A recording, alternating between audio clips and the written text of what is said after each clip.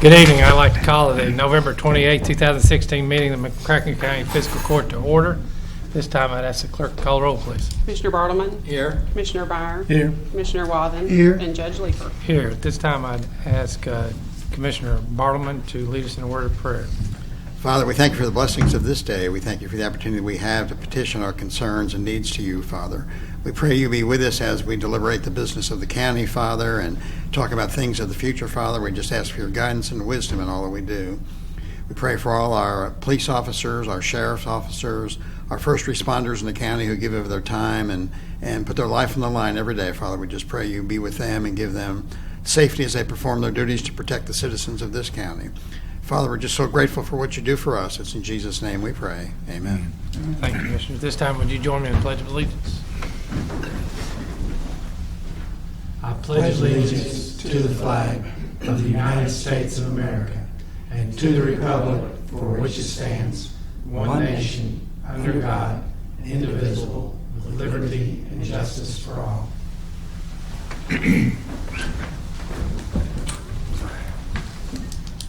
Thank you. Before we move to the discussion items, we have some minutes. We have the October 31st minutes from the workshop. Entertain a motion for approval. Motion by Commissioner Byer, second. By Commissioner Wathen. Any discussion? All those in favor signify by saying aye. Aye. Opposed, like sign. Those minutes are approved. We also have the November 14th regular McCracken County Fiscal Court meeting minutes. Motion by Commissioner Bartleman, second by Commissioner Wathen. Any discussion?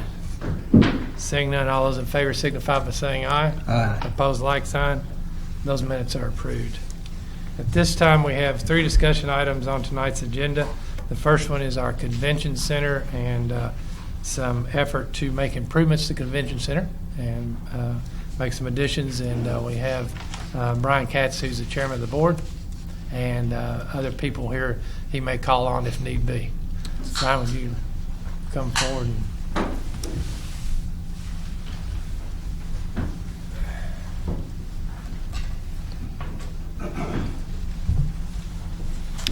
Thank you, Judge. Pleasure to be here this evening.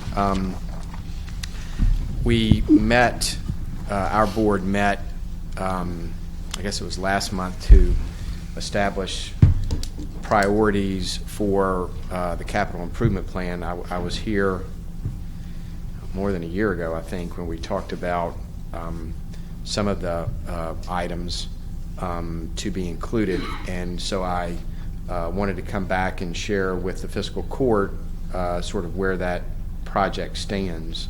I made a little handout. Can I? Please. Mm-hmm.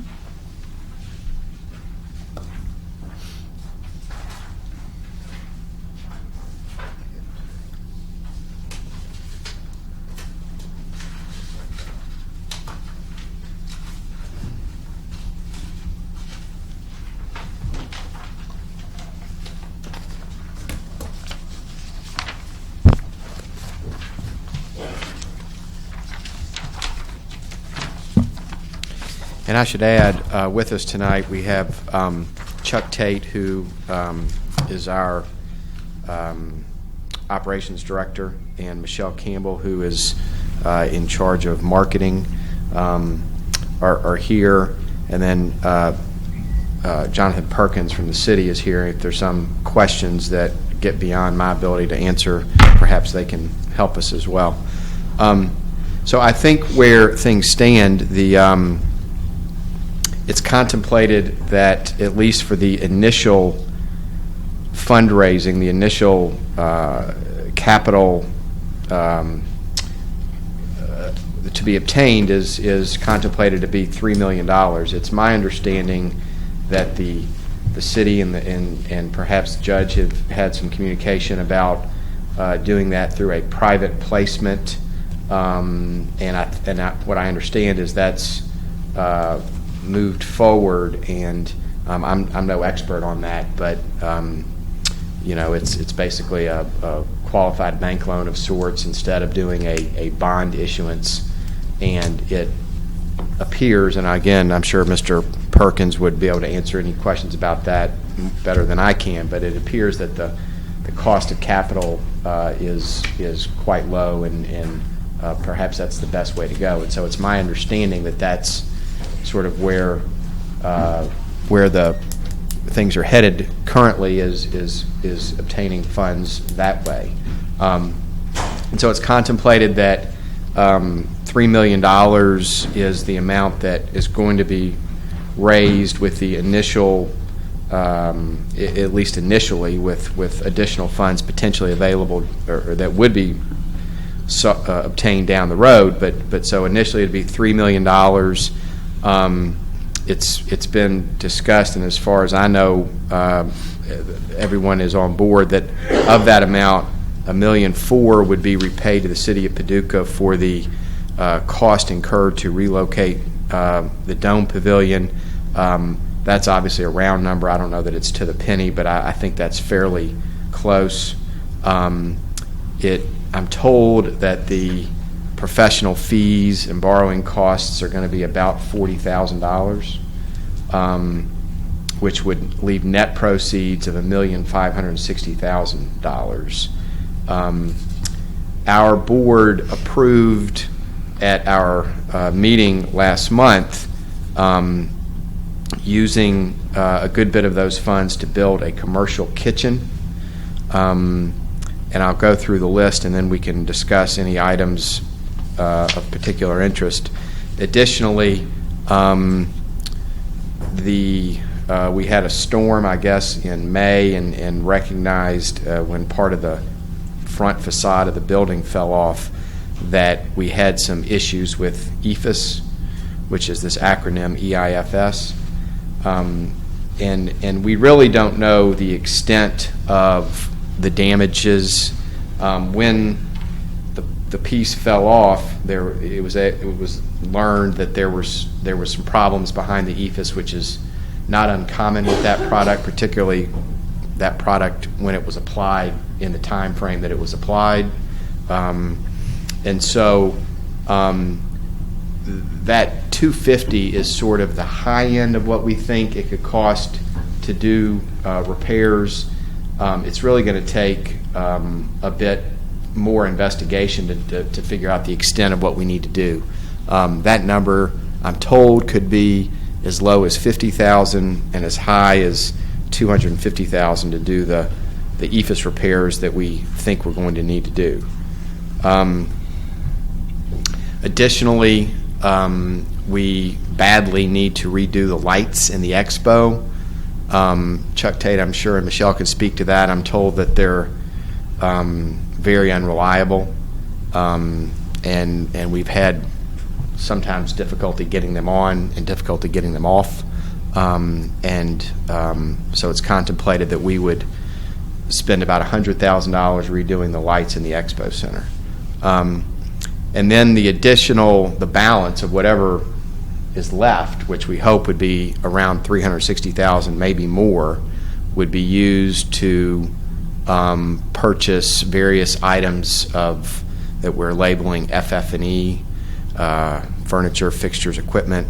We're badly in need of tables and chairs are the biggest category of those. I mean, I think if Chuck and Michelle had the money, they'd probably like to purchase over $100,000 in tables and chairs. We just have a really hard time seating large events with tables and chairs that are in respectable condition, and obviously that's a huge priority. So that's what I've prepared. That's what the thought is of where this $1,560,000 would go. I'm happy to address any other items or questions, more particularly if anyone has any questions. Will we hold off on the commercial kitchen until we find out exactly what those repairs are going to cost, just in case we get into that and it's? Well, I think that I think that the $250 is the high end of what we've been told to expect, and we're hoping that it can be less. I guess would be my answer. So I mean, we think that the kitchen is a priority, and we think that that's going to take some time as well. There's more involved in that than simply buying ovens and things. There's some construction work involved in that number as well to make the kitchen ready to be used in the manner that it needs to be used. Given that the role of the kitchen is largely to be able to sell, hopefully, some of the bigger events, the time frame for when those events book out, if we don't have a kitchen underway to be able to sell as part of what we have to sell now, then it just delays our ability to really compete for some of the larger events that we want to be able to compete for. So, and I think that these things can happen simultaneously, and if we find out that there is a bigger expense involved than what we've been led to believe with the EFIS, then we could certainly make some adjustments on the fly. Does that answer your question? It does. And then with the kitchen, does this mean we're looking at hiring additional staff to manage a commercial kitchen? Well, I mean, I think eventually, yes. That doesn't necessarily mean they're full-time employees. That doesn't mean that they're salaried employees. It means that we will have to tackle how we go about staffing the kitchen, and it's not anything that we can't figure out. It's not anything that every entity that we compete with hasn't figured out, and so I have every reason to believe we can figure it out just as well. But yeah, we're going to need to hire people, but that doesn't mean that we pay someone a salary and they sit around. I mean, it means that we need to figure out how to deliver the food product when we need it, and we need to have those people available. But I don't think that that's an insurmountable management challenge. The EFIS, is this like you say this is a wall? Is it an exterior wall, or is it It is. We had, and Chuck can address this if I don't. So, are you familiar with what EFIS is? It's just a product. No, sir, okay, it's also sometimes known as Drive It. Okay. I do. Which is another product name. I think EFIS is sort of a category, and Drive It is maybe a brand of EFIS.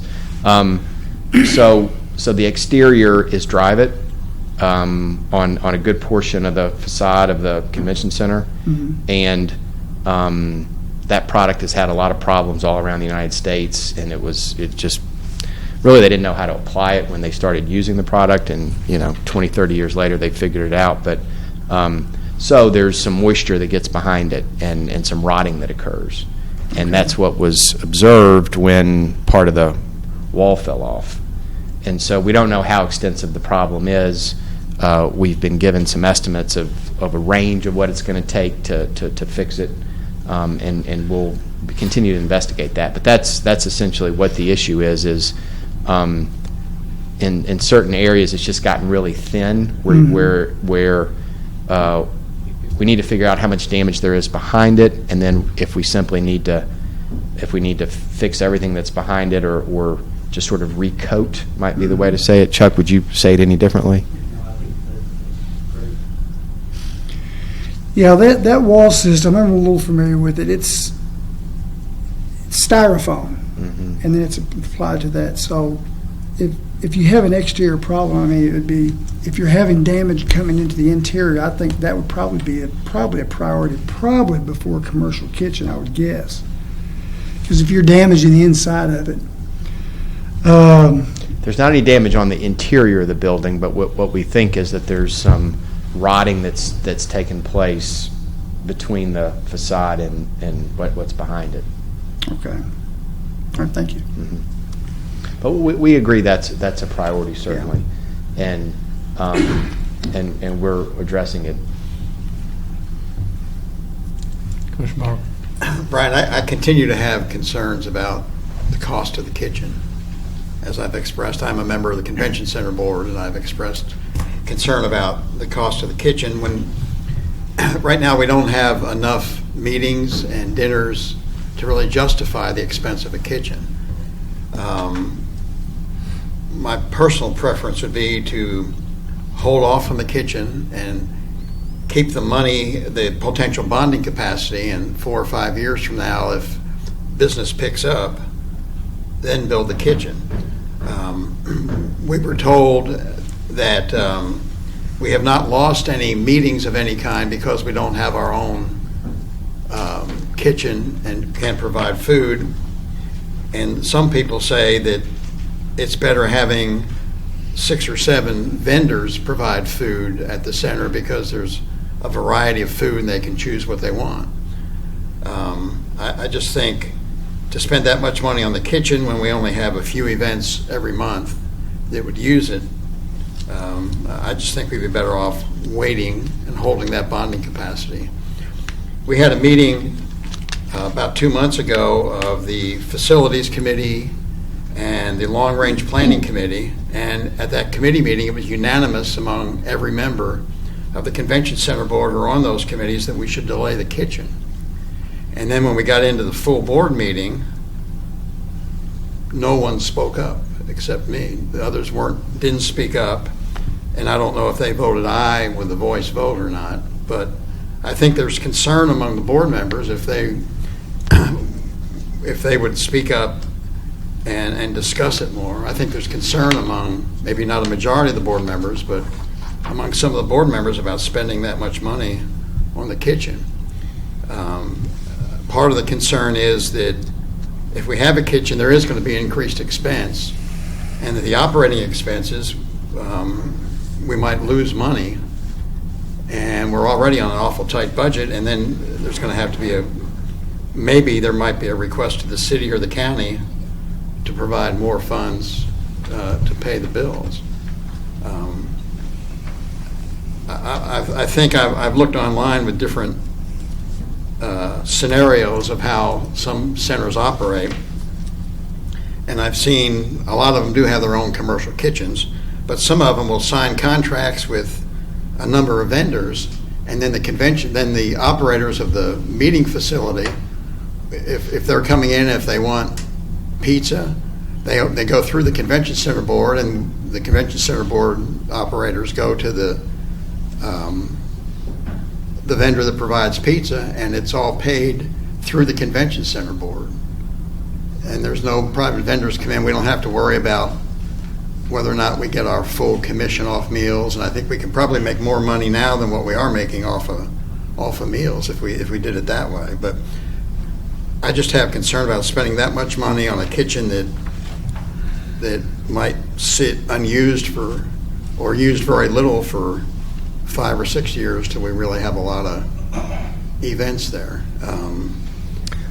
Again, I've wavered on this. Initially I was against it, and then I talked to the manager, and he convinced me it probably was a good idea, but then when we looked at it more and talked to him about it more, he had kind of changed his position on it and agreed there were some other things that probably needed to be done first. But I'm now that I don't think it's a good thing to spend that much money. I think some of the other things you want to spend money on are really needed because they're persistent problems, like equipment inside the convention center, the tables, the chairs. They're all expensive things, linen, things like that. We can make money off renting those for events. Different equipment to make it easier to set up displays and things like that.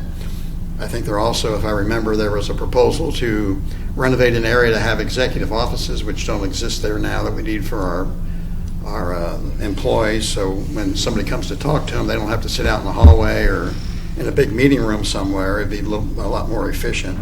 I think the lighting is good because the lighting, in addition to putting in lighting that works, it'll be more efficient lighting, and we'll probably save some money on that. But it just concerns me that if we have some major expense 2 or 3 years from now that we don't anticipate, that we're not going to have the money or the bonding capacity to do that. And I personally favor holding off on this bonding capacity for 2 or 3 years till we can justify the kitchen? Well, you've said a lot, and I'll do my best to, respond best I can. We presented the issue at our meeting and had there was no rush. We had, a lengthy discussion about it, and the measure passed. And I think the minutes will show that the measure passed unanimously. What I would say is that every single convention center that we compete with has a commercial kitchen. The center in Hopkinsville, the James E. Bruce, has a commercial kitchen. The Sloan Convention Center in Bowling Green has a commercial kitchen. The Owensboro Convention Center has a commercial kitchen. Henderson does not. Frankfort does not. It's owned by the state. The Pritchard Community Center, I'm not even sure where that is, has a commercial kitchen. The Convention Center in Madisonville does not. The Lexington Center does. The Northern Kentucky Convention Center in Covington does. And the Kentucky International Convention Center in Louisville does. So the only 3 on that list, other than Paducah, that do not are Henderson, Frankfort, which is owned by the state, and Madisonville. So I accept that reasonable minds can differ about this. Where I come down is in trying to understand what do they know that we don't know. Why does it make perfect sense for them, and yet in Paducah we say no, we'd rather have caterers. I know that the Convention and Visitors Bureau hired a consultant who was here this summer, who prepared a lengthy marketing report that I'm sure we could share with. It wasn't made for me. I just happened to get a copy and look at it. She was of the opinion that we needed in-house food, and that is what is expected of convention planners. Now, to that you would say, well, we don't have many of those yet. They're not going to come to us until we have the facilities. That's just not the way it works. We have to have the facilities for them to come to us. I think we can agree upon that. So between that being the expectation in the marketplace, between everybody that we compete with or want to compete with having that, it seems, and recognizing that the demand, we can't create the demand without having the facilities. We have to have the facilities to create the demand. I was heavily involved with the negotiations with Senate, and granted, they couldn't get their financing and they never were able to get the hotel built, but they were very experienced in convention centers. They had a great deal of industry knowledge, and they were keenly focused on having a kitchen and having food and beverage revenue. It was a huge component of their business plan. They were unable to get financing. It had nothing to do with that, but they saw the benefit of having the commercial kitchen that we didn't have. It was a huge component of their business plan. What do they know that we don't know? Why was it a key part of their business plan, and they're in the convention business, and they thought they could make a lot of money at it, but we don't seem to think we can make money at it. Well, they were going to make money at it because we were going to pay the convention center board was going to pay the cost of the kitchen. Well, they didn't have to absorb any of the capital. And we're not paying the cost of the kitchen. I would submit to you that the transient room payers, the people that are staying in hotels, are paying the cost of the kitchen. And when we look at, can we justify spending $800,000 or $850,000 on a commercial kitchen? Can we create revenue sufficient to justify that expenditure, I suggest to you that's not the way to look at it. In my opinion, it's not. I mean, it's the only cost to using the capital for that is that we can't use it for something else. But it's not our capital, so to speak. I mean, so I don't think that the cost benefit analysis is a rate of return type of analysis where you're looking at spending $800,000 and you're asking, well, how many events are we going to do? Because we really aren't paying the $800,000 back. Someone else is.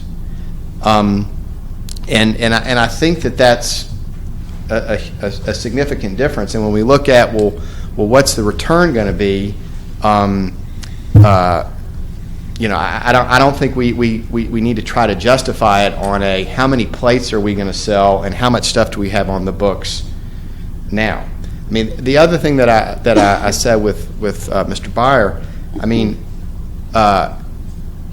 if we want to have conventions here in 2 and 3 years, well, they're booking now, and so if we want to have conventions here in 3 and 4 and 5 years, we need to get started on a kitchen now, so that we can be in the market to do those things. Chuck, it indicated, though, that we did not lose any conventions because we didn't have a kitchen. I don't think that's correct. That's what he told us. I mean, it may have changed, but... Well, have we lost any conventions because we don't have a kitchen? Well, we've never been told that. We have never asked them, why are you not coming here? I think that we are missing conventions because we don't have a kitchen.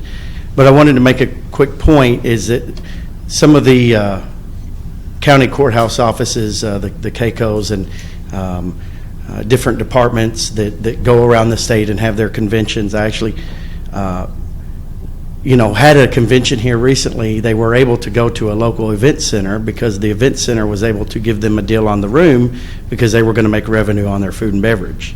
So that is one aspect that we are missing here is the ability to leverage against our competitors. Right now, if you look at our room rates, they're high, okay? And we have no ability to make any other revenue anywhere else. So if a guest wants to come and rent 2 of our ballrooms, you're looking at $3,500. And the guest will say, well, is there any way you can wiggle room? Well, there's no wiggle room for us. We have no other way to make any other revenue, whether it's the AV or the food and beverage or any other departments like that.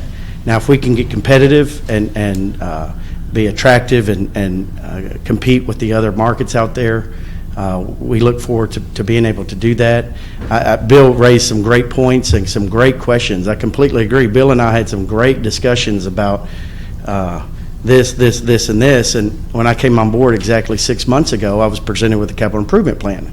And I look at it without not knowing much about the history of our wonderful facility. But I start kind of digging in deeper, and I think, okay, that's something we can jump on. And then I start looking at the events. And I agree with Bill. I said, well, do we have the events to justify that?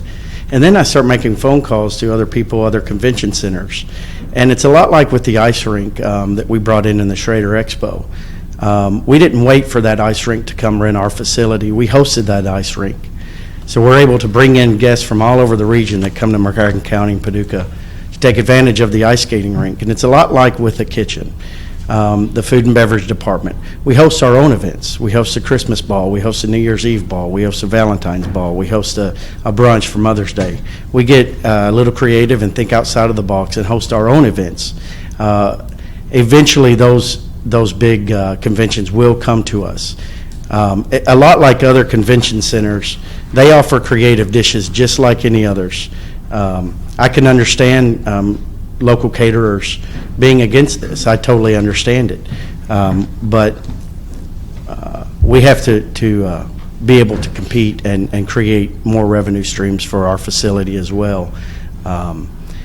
Go to any other event facility and if you ask them to bring in outside food, they would say no, because they want total control of their food and beverage department from a quality standpoint, from a cost standpoint. And when you pass that cost on to our guests, because that's what caterers do, they pass that on to our guests, and So the cost of doing business at our convention and expo center is very, very high compared to any other event centers in the state. So just wanted to. Thank you. I think those are good points. Let me make a couple other points that I was thinking of as he was talking. In terms of, I think the CVB marketing, the CVB obtained marketing proposal from the woman from, where was she from? Illinois somewhere? Yeah, Springfield. Springfield.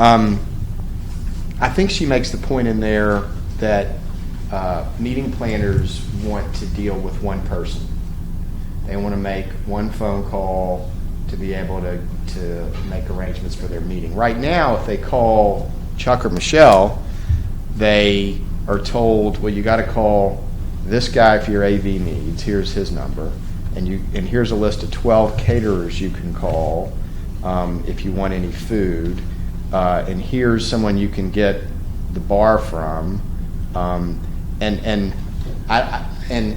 she, the expert who was hired by the CVB, makes the point that that's not what people want. They want to make one phone call and then let someone else deal with the problems. And so I simply disagree with you, Bill, that having a variety of caterers is beneficial.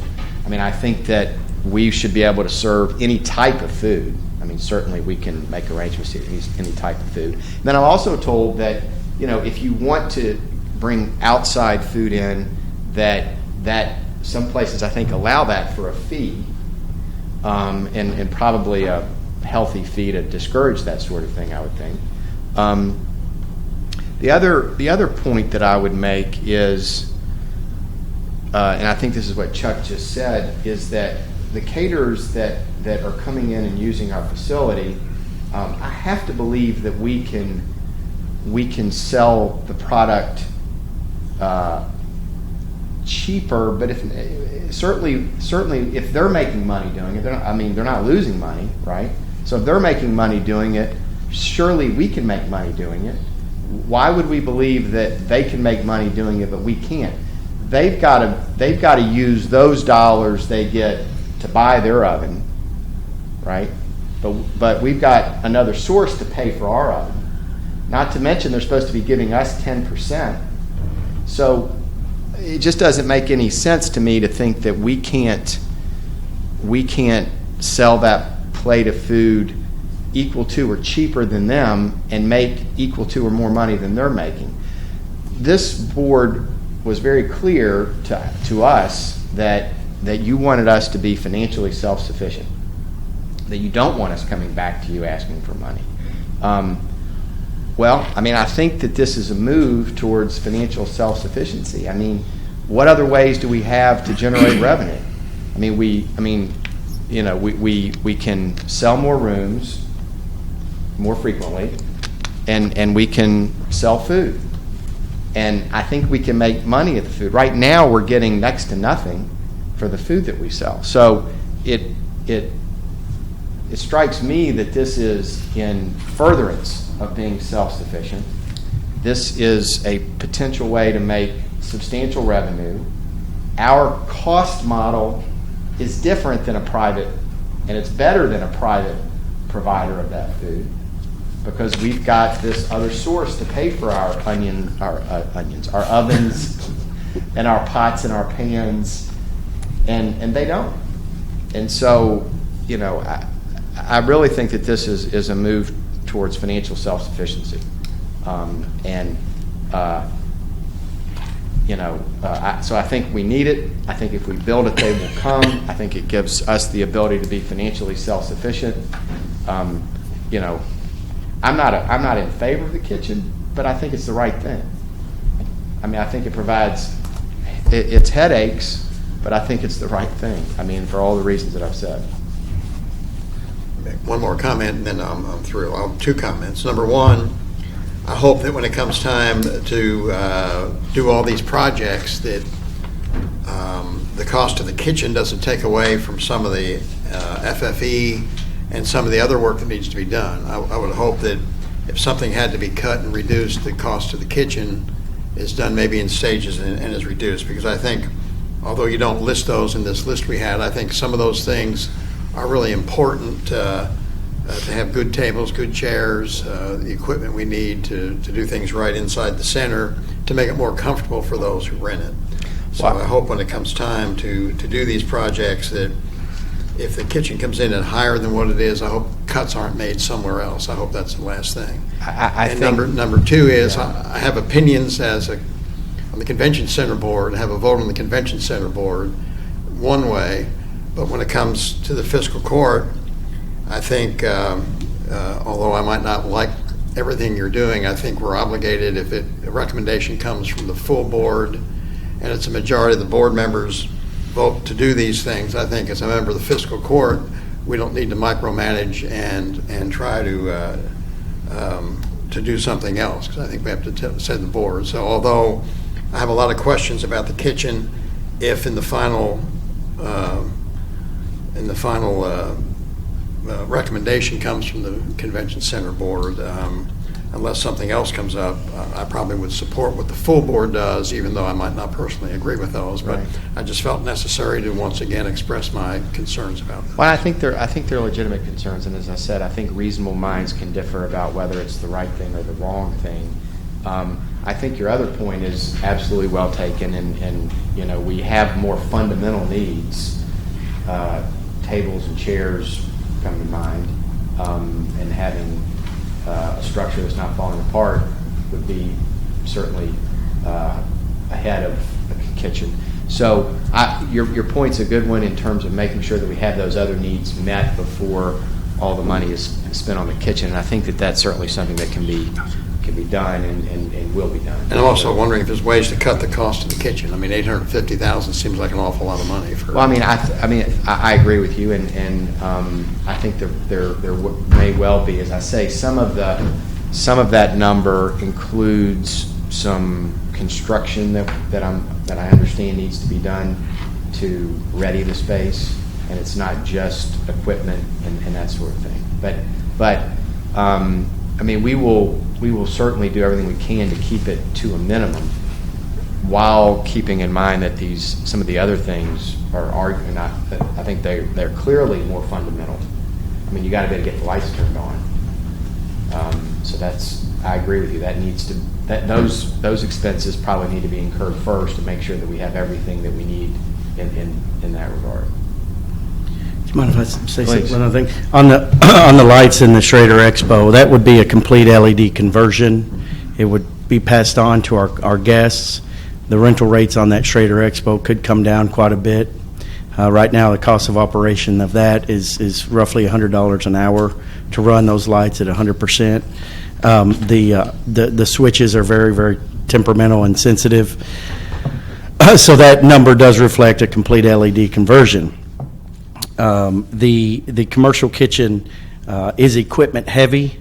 It's a full-size convention hospitality kitchen, which is a lot different from your conventional restaurant kitchen. So the cost of it would be on your equipment, because it is equipment heavy, which would save you time and labor in your overhead.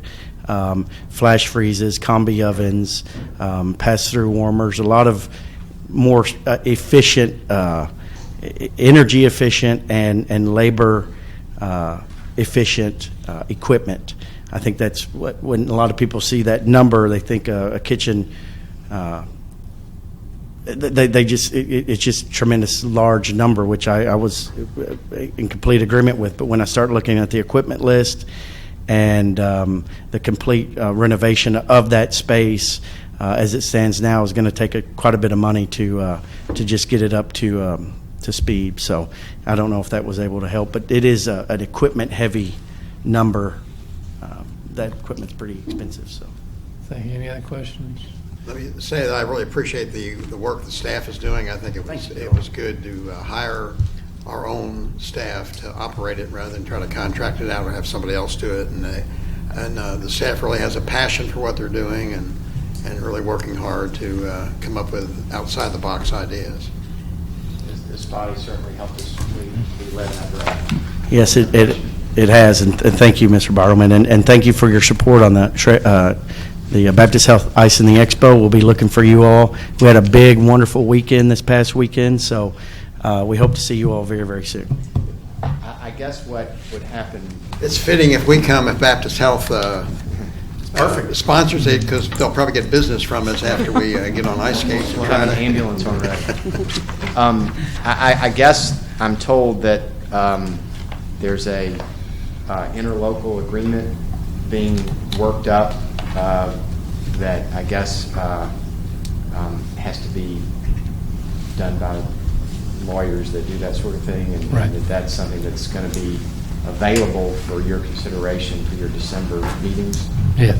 We'll get with the city officials. They're drafting the documents in preparation of us agreeing to them, and then we'll move forward as quickly as possible. I know we're on some bit of a timeline with our financing agreement. If we choose to move forward, we need to do so in a timely manner, so we'll be working with city officials soon. We have a consensus here to move forward, and we'll get moving on that as quickly as possible. Anything else that I can? I think we're good. Thank you. Thank you all very much. I appreciate you being here. Thank you. Appreciate your service. Thank you, Mr. Perkins. Appreciate you being here just in case. Next, we have Dr. Brian Van Horn from Murray State University. Judge, we have a screen that we can do a projection on for a PowerPoint, or we have hard copies if you want to. I'll tell you what. The time. In the interest of time, why don't you just hand us the hard copy? That sounds great. That'd be great.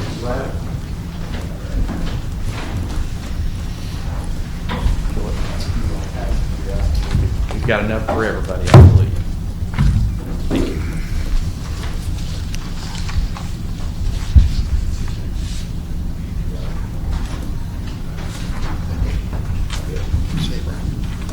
Thanks, sir. Thank you, sir. Right. Thank you, Jared. Good to see you.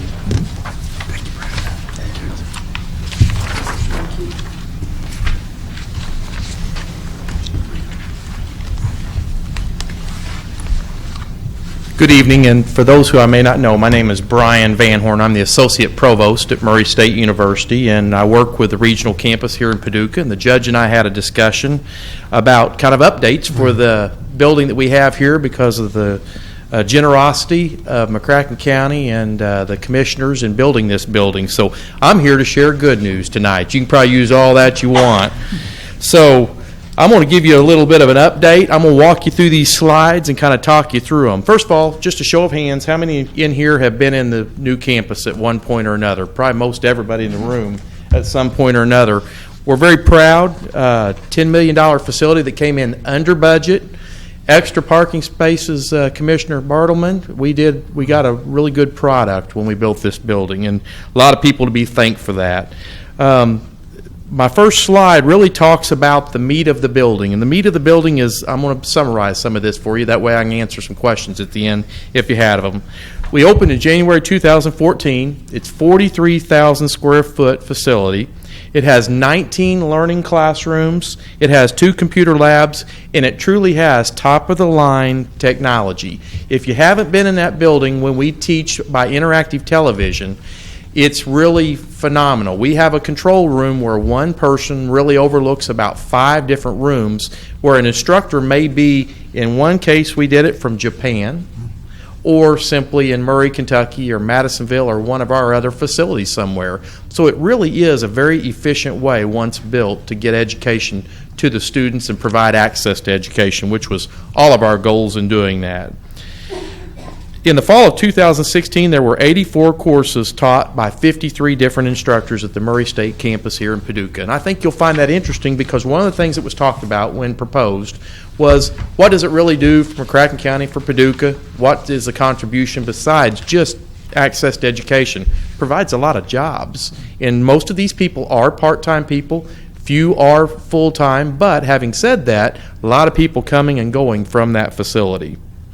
Course enrollments, since the new campus opened, and this is really where the rubber meets the road, we said we hope to have 2,000 enrollments per year in 5 years. Well, I'm here to tell you, and I'm very proud to tell you, that the very first year, 14-15, we had 2,489. We beat our goal the very first year of enrollments for a year, and the goal was 2,000 enrollments.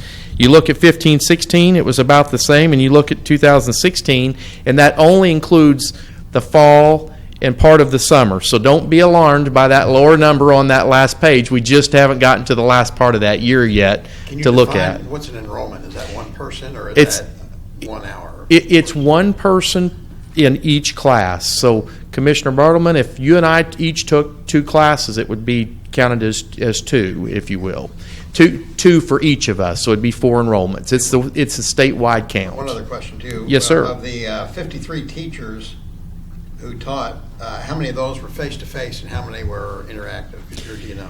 I can't tell you that. We'll try to get that for you, but I'll tell you this. We do a lot of technology. And Mr. Dan Lavitt, I should have introduced Dan at the very beginning. Dan, if you'll be recognized as well, please.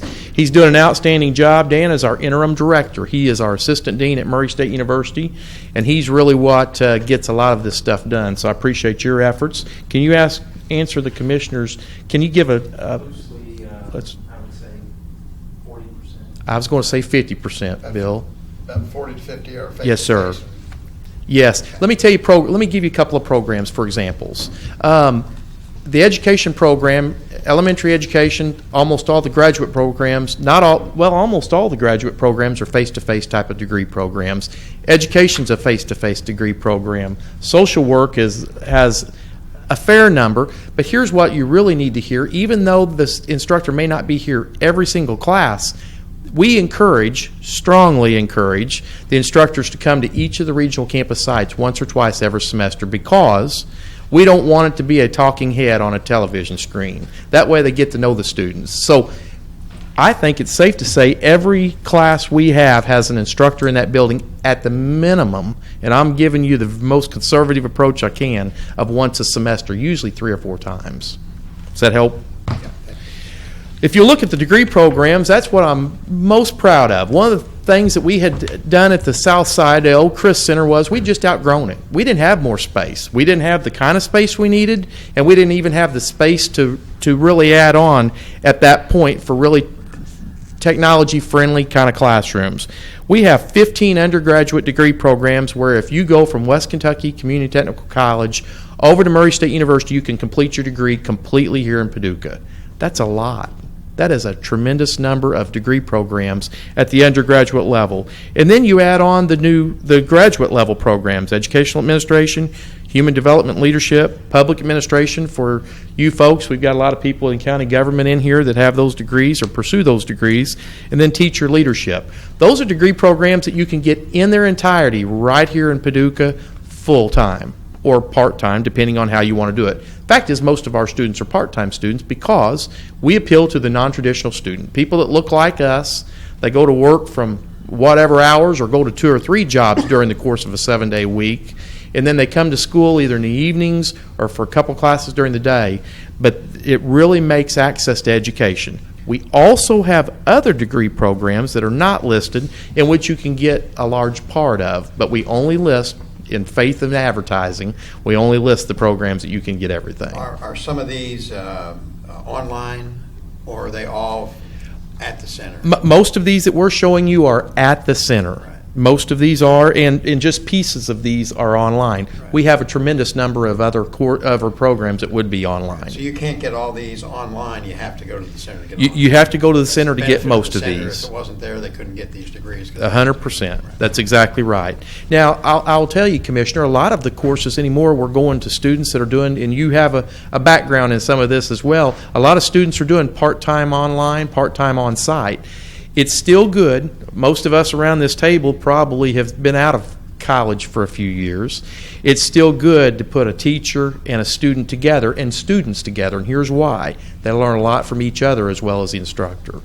And now online, it's not impossible, but it's more difficult to do that. So I love it when we can get a little bit of both.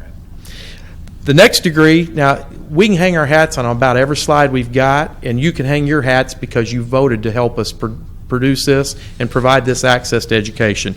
I think this is a really big deal.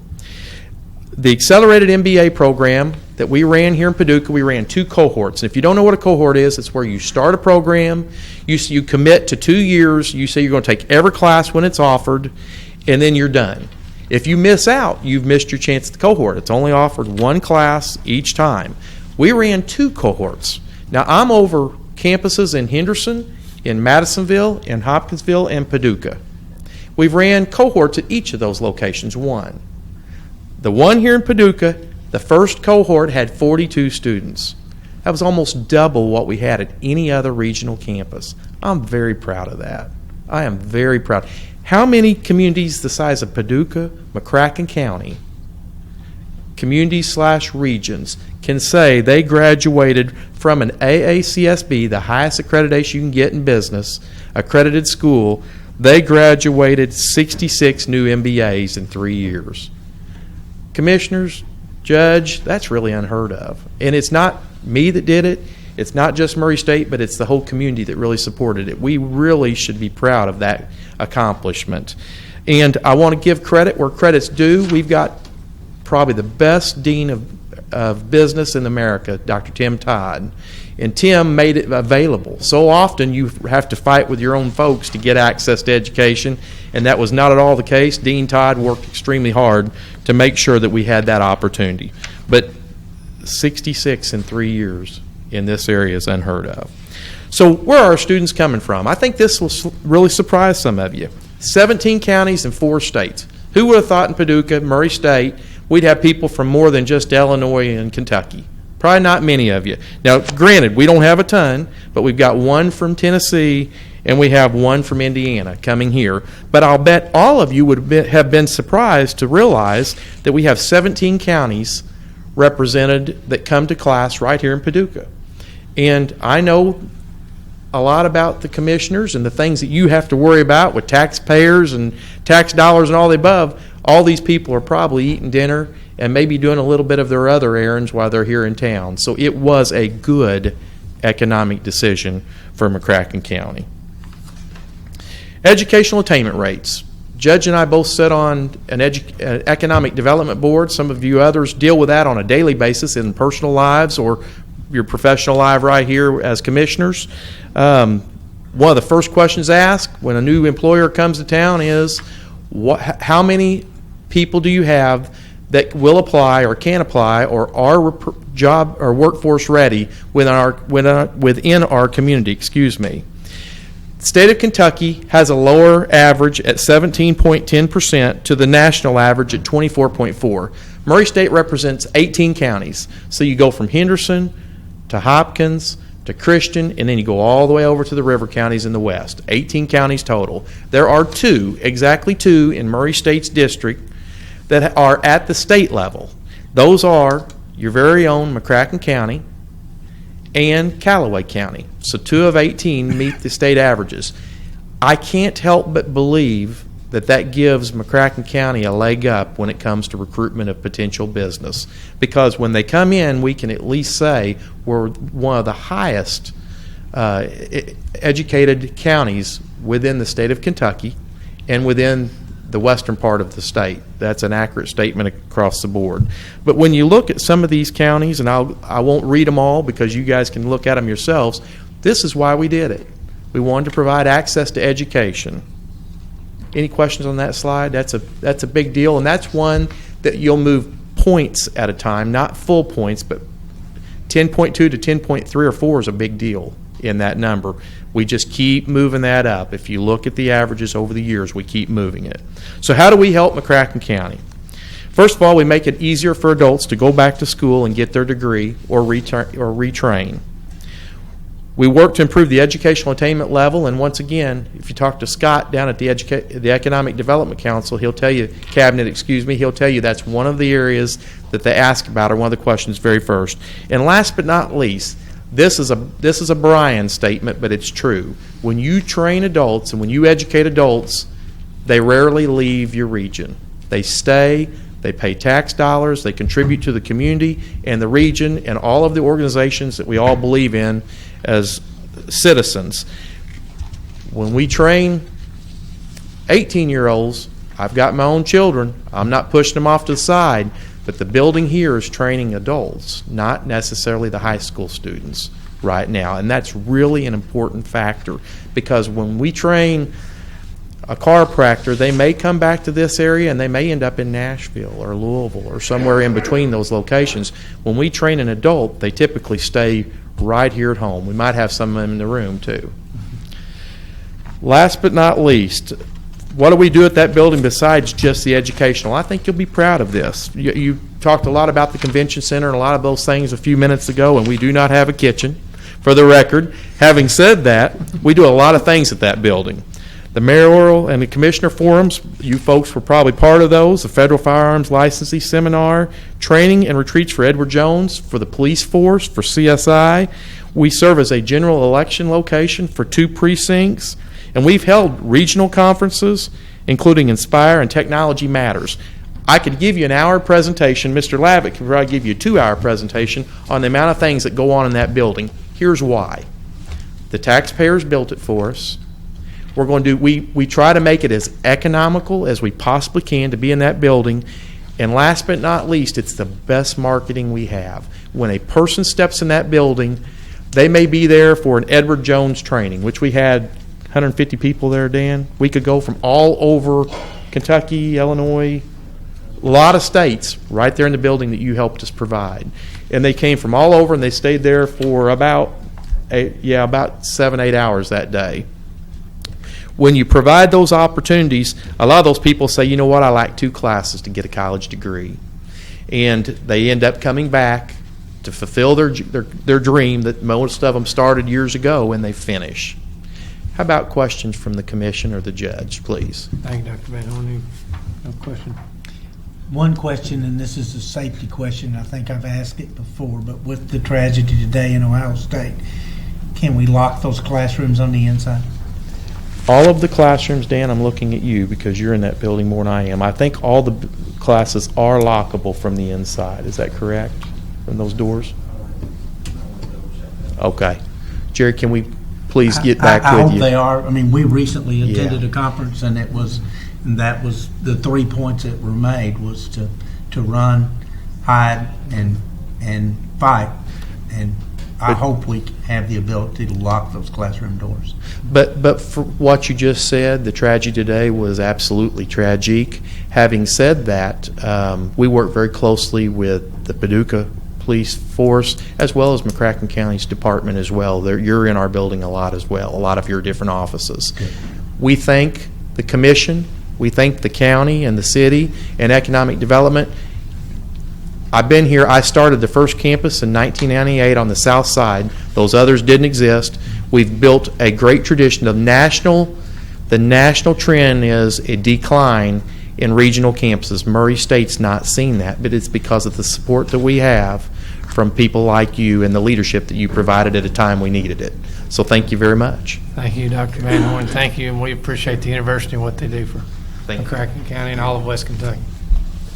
Thank you. Next item on the agenda is a resolution. We continue on our participation in the effort to assist the Merriman House, and we have a resolution is the next item. It's been in your packet. Do you have that resolution, Madam Clerk? I'm not sure if you do. If you don't have it, I'll just read it. No. it's not. Okay, let me just read it. We'll move on.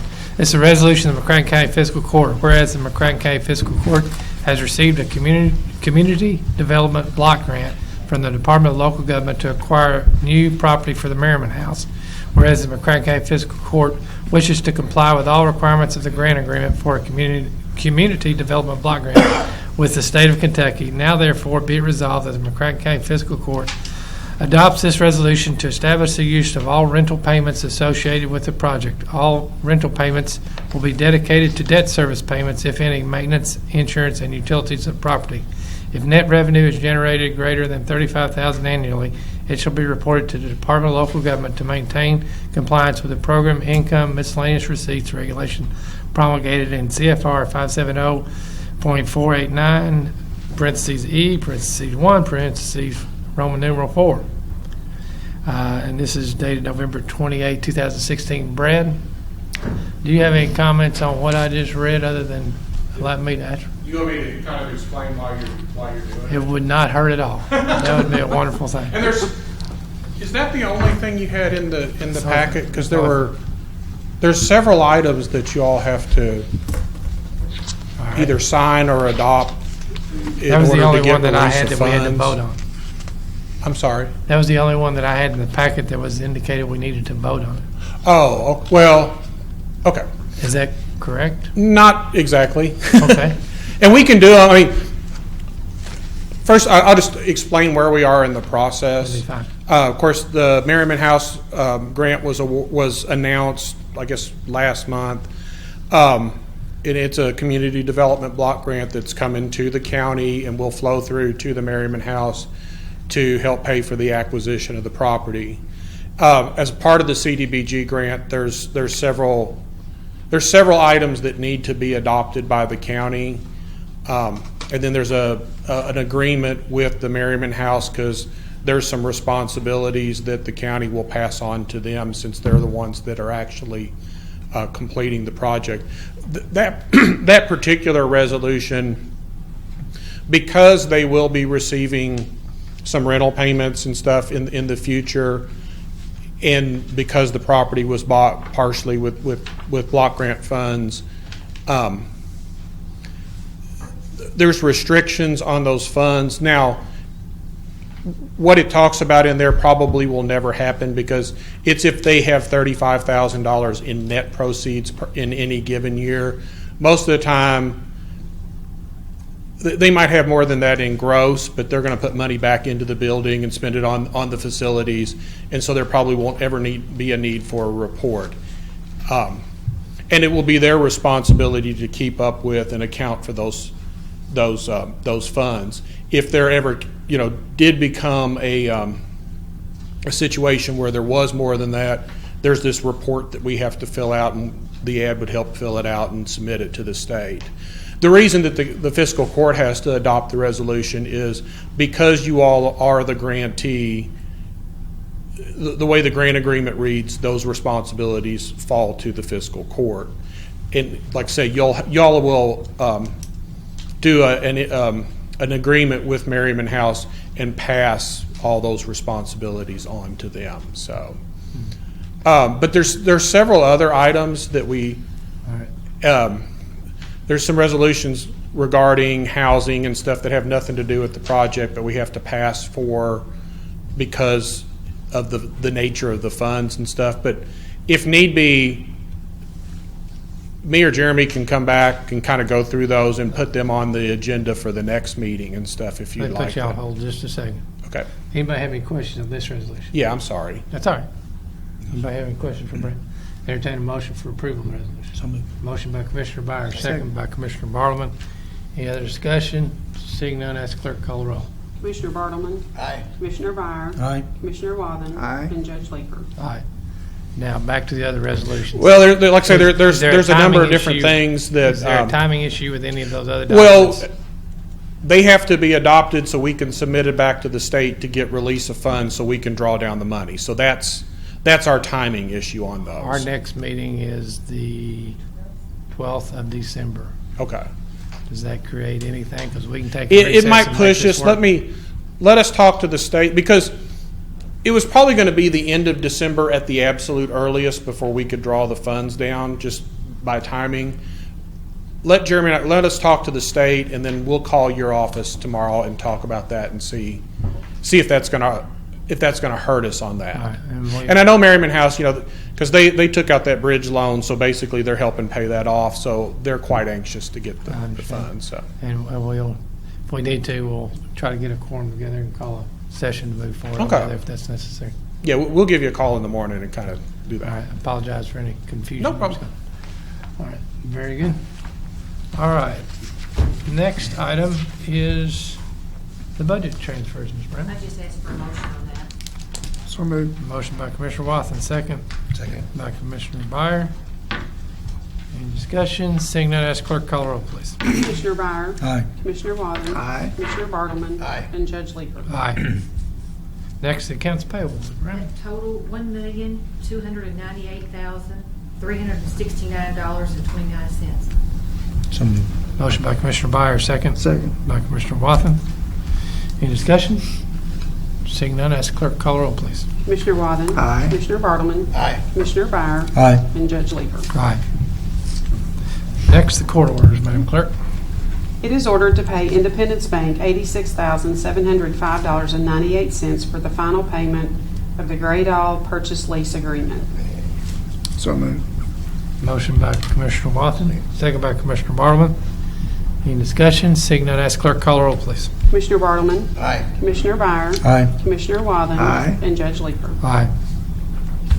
It is ordered the McCracken County Treasurer open an account with Paducah Bank for the purpose of administrating the CDBG Merriman House Acquisition and Rehabilitation Project. So moved. Motion by Commissioner Byer, second by Commissioner Bartleman. Any discussion? Seeing none, ask clerk to call the roll, please. Commissioner Byer. Aye. Commissioner Waddon. Aye. Commissioner Bartleman. Aye. And Judge Lever. Aye. It is ordered the McCracken County Treasurer open an account with Paducah Bank for the purpose of administrating the HRA/FSA plan through the third-party administrator basic for county employees. Motion by Commissioner Bartleman, Second. second by Commissioner Watson. Any discussion? Seeing none, ask clerk to call the roll, please. Commissioner Waddon. Aye. Commissioner Bartleman. Aye. Commissioner Byer. Aye. And Judge Lever. Aye. It is ordered to hire Jessica Knoll as a full-time employee in the McCracken County Child Support Office effective November 16, 2016, at a rate of $11.28 per hour, less statutory deductions. So moved. Motion by Commissioner Second. Byer, second by Commissioner Watson. Any further discussion? Seeing none, ask clerk to call the roll, please. Commissioner Bartleman. Aye. Commissioner Byer. Aye. Commissioner Waddon. Aye. And Judge Lever. Aye. It is ordered that the newly constructed road known as Wheels Avenue be accepted into the county road system. This road begins at the junction with Kentucky 1954, aka Husbands Road, and extends westward 394 feet to Kentucky 6039, aka Old Husbands Road, a distance of 0.075 miles. Motion. So moved. Commissioner Watson, second. Second. Commissioner Byer. Assume this meets all the qualifications. I can tell you this road was I wish Mr. Moore and Mr. Williams were here because they did this road the way roads are supposed to be done. The developer was very good about making sure this road was absolutely constructed with all the criteria in mind, and they went out and inspected it each step of the way. So Knowing those two men, they would not have allowed this to be on the agenda if it didn't meet all. no, they would not. No, they would not. But we appreciate their efforts. Thank you. And I believe we have a motion second. Do we? Have we got a vote? Call roll, please. Commissioner Byer. Aye. Commissioner Waddon. Aye. Commissioner Bartleman. Aye. And Judge Lever. Aye. It is ordered to purchase a John Deere 5085M utility tractor with Almo Versa side flail mower for $82,558.71, utilizing Kentucky State price contracts. Motion by Commissioner Bartleman. Second. Second by Commissioner Byer. If you haven't talked to Mr. Williams about this type of a mower will greatly enhance our road crew's ability to stay ahead of the right-of-way mowing. He's a little bit frustrated this year. I think everybody was with the amount of rain we had and the ability to get out there and keep that to a safe level. And this acquisition is going to greatly enhance their ability to do that. So look forward to next summer, and maybe we won't have quite as much rain and not have to use as much, but that'll be all right too. Madam Clerk, call the roll, please. Commissioner Byer. Aye. Commissioner Waddon. Aye. Commissioner Bartleman. Aye. And Judge Lever. Aye. It is ordered bid openings were held at 9 a.m. on Thursday, November 17, 2016, at the McCracken County Courthouse for a new single axle dump truck with snow removal equipment. Bids were received from IMPCO, Tag Truck Center, and Worldwide Equipment Enterprises. All bids were taken under advisement. So moved. Motion by Commissioner Byer, second by Commissioner Bartleman. Any discussion? Seeing none, ask the clerk to call the roll, please. Commissioner Waddon. Aye. Commissioner Bartleman. Aye. Commissioner Byer. Aye. And Judge Lever. Aye. It is ordered to reject all bids received during the November 17, 2016 bid opening for a new single-axle dump truck with snow removal equipment.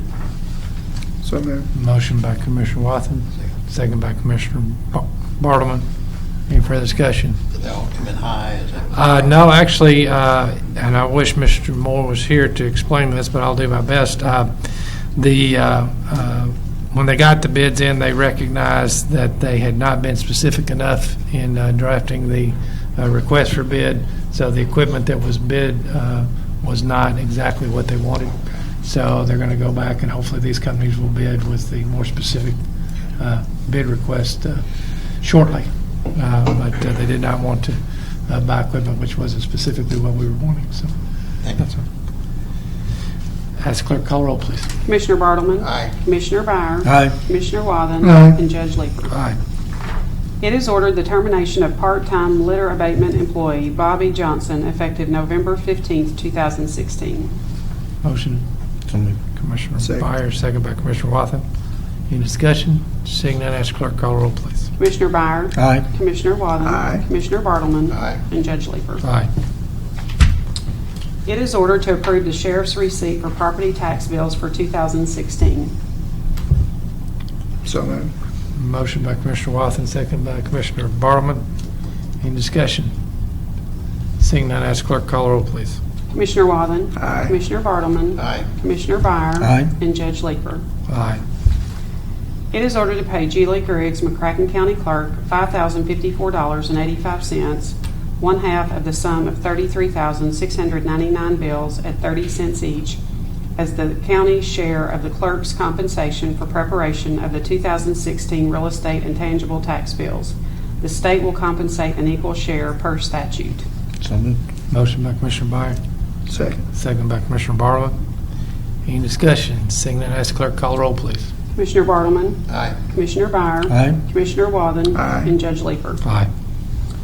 It is ordered to pay the McCracken County Board of Appeals members Randy Bridges, Gary Carden, Debbie Gentry, and Julie Griggs for their services in hearing appeals and reviewing tax assessments for the year 2016. Each will be paid $100 for a total of $400. Half of this amount will be reimbursed by the state. So moved. Motion by Commissioner Wathen, second Second. by Commissioner Byer. Any further discussion? Seeing none, ask clerk call roll, please. Commissioner Byer. Aye. Commissioner Wathen. Aye. Commissioner Bartleman. Aye. And Judge Leeper. Aye. I'm not aware of any need for executive session. Any commission members have any need? Seeing none, any comments from any commission members? I appreciate the time we took tonight on the briefing on the convention center capital plan and on Murray State. I know it took us longer than normal, but I think we need to be updated on those, and I appreciate everybody taking the time for that. I appreciate the commission members that asked questions, and we had good discussion on both those items. Any other comments?